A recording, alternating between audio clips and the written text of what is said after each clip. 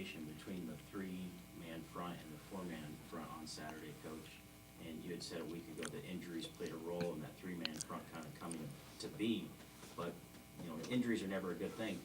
But could it have maybe been a kind of a blessing in disguise, if you will, that this is something that we can make use of going forward? It sure seems like something's going to be good for us, that rotating between those fronts. Well, it's in disguise. You know, the unintended consequence through the injuries is probably the fact that the more people that are involved, the more team dynamic and the comes together on that. Because if you're in the battle, if you're preparing to play, it's a little bit different than being prepared to be a backup. And then when you have success and you're getting in on the first series, the second series, and not waiting till the third quarter, that also keeps you in the game. So the more guys that are in tune to the game, the more intensity you hope that you'll play with late in the game. So all those things have possibly been an unintended consequence of the injuries and putting in a different defense. And I wouldn't even say it's a different defense. It's just a different personnel group. And but yeah, they've accepted it. They've played well, and they've had the talent to do it.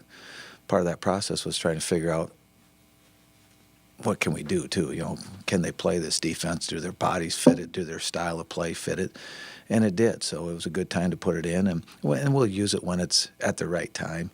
It's got to fit the right offense as well. It just can't be played against anybody. It's got to fit the right offense. So we have something now in our arsenal that's been played and practiced, and have confidence in it. If we need to pull it out, we can, and we can always go the four-man, the 3-4, or the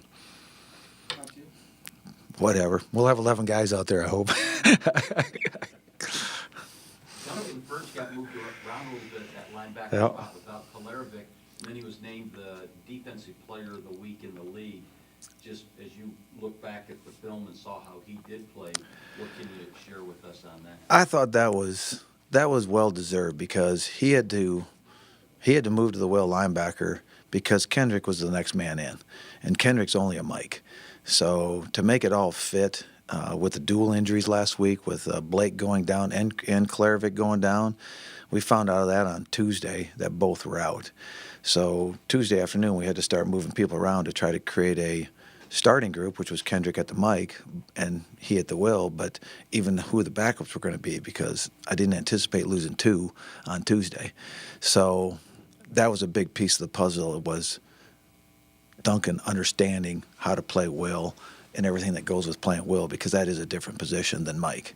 And he's been around long enough now that was an easy transition, because he had played that last year when Jared was the Mike. So it worked out well, and because of his intelligence and his experience, he made it all fit together, and then he gets Player of the Week, so well-deserved.